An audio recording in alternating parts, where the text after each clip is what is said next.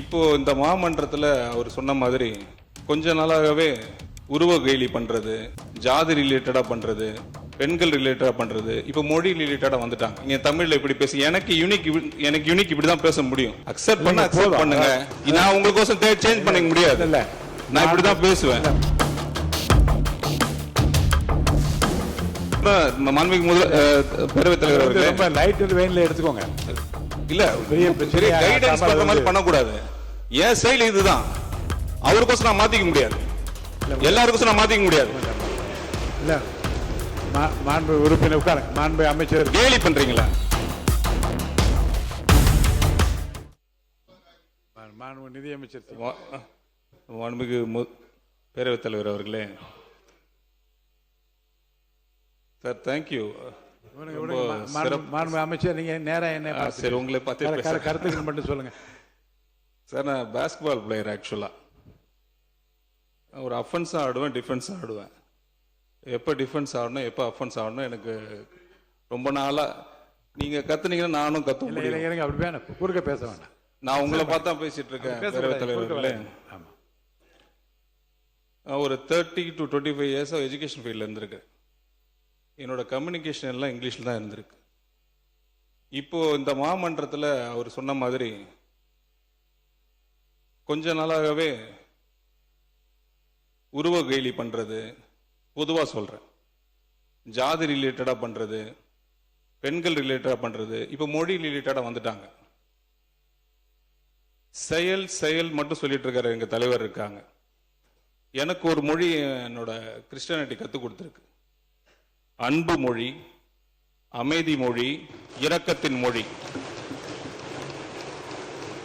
இது பாதி பேருக்கு எவ்வளவு தமிழ் படிச்சாலும் தெரியாது. நான் பைபிள்ல படிச்சிருக்கேன், பார்ன் கிறிஸ்டியன். உங்களுக்கு அந்த மொழி தான் வேணும்னா நீங்க லோக்சபால உங்களோட மதுரை எம்பியா இருந்தார், மினிஸ்டரா இருந்திருக்கிறவர், இது வரைக்கும் 5 வருஷமா மினிஸ்டரா இருந்து 5 வருஷமா அங்க டேர்ம்ல இருந்திருக்காங்க. ஒரு நாளும் அந்த பார்லிமெண்ட்ல பேசுனதே கிடையாது. ஒரு தடவை கூட பேசுனது கிடையாது.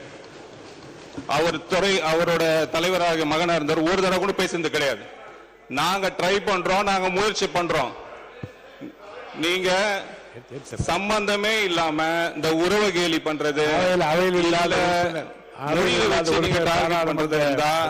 நான் சொல்றது இப்ப என்னால நோட் பண்ணீங்க.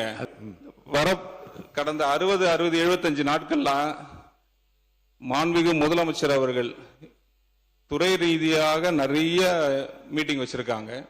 அது ரிலேட்டடா சில ரிஃபார்மேஷன் பண்ணியிருக்கிறோம், நிறைய ரிஃபார்மேஷன் பண்ணியிருக்கிறோம்.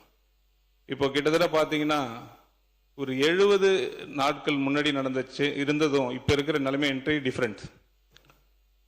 கிட்டத்தட்ட 15,000 கோடி ரூபாய் ட்ரெஷரிக்கு வந்திருக்கு. 15,000 crores 65 டேஸ்ல மட்டும். இது ஈஸி கிடையாது, இது வெரி ஈஸி கிடையாது. இது because of the entire effort of the ministry. அதை விட்டுட்டு அதெல்லாம் பார்க்காம நான் உங்களுக்கு அட்வைஸ் கொடுக்குறேன், நீங்க தமிழ்ல இப்படி பேசி எனக்கு யூனிக் இப்படி தான் பேச முடியும். அக்செப்ட் பண்ணுங்க. நான் உங்களுக்கோசம் சேஞ்ச் பண்ண முடியாது. நான் இப்படி தான் பேசுவேன். மக்கள் புரிந்து கொள்ளுகிற வகையில் நீங்கள் நன்றாக தான் பேசினீர்கள். அதோட பிரச்சனை முடித்து அதான் சொல்றேன். மாண்புமிகு பேரவைத் தலைவர் அவர்களே, ரொம்ப லைட் வெயின்ல எடுத்துக்கோங்க. இல்ல பெரிய கைடன்ஸ் பண்ற மாதிரி பண்ணக்கூடாது. என் ஸ்டைல் இதுதான். அவருக்கோசம் நான் மாத்திக்க முடியாது, எல்லாருக்கும் நான் மாத்திக்க முடியாது. இல்ல மாண்பு உறுப்பினர் உட்காருங்க. மாண்பு அமைச்சர் கேலி பண்றீங்களா? மாண்பு நிதியமைச்சர் கொஞ்சம் கோவப்படாதீங்க. மாண்பு நிதியமைச்சர் நான் சொல்றேன். மாண்பு நிதியமைச்சர் இல்ல மாண்பு நிதியமைச்சர் நீங்க வந்து இல்ல இத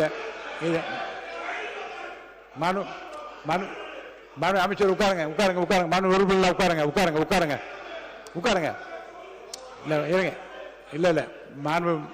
இல்ல மாண்பு நிதியமைச்சர் பெருசா எடுத்துக்கொள்ள வேண்டியதில்லை. ஒரு லைட்டர் வெயின்ல எடுத்துக்கோங்க. ஒரு சாதாரணமான ஒரு இதா எடுத்துக்கிட்டு கொஞ்சம் இயல்பா கொண்டு போயிடலாம், ஒன்றும் பிரச்சனை இல்லை.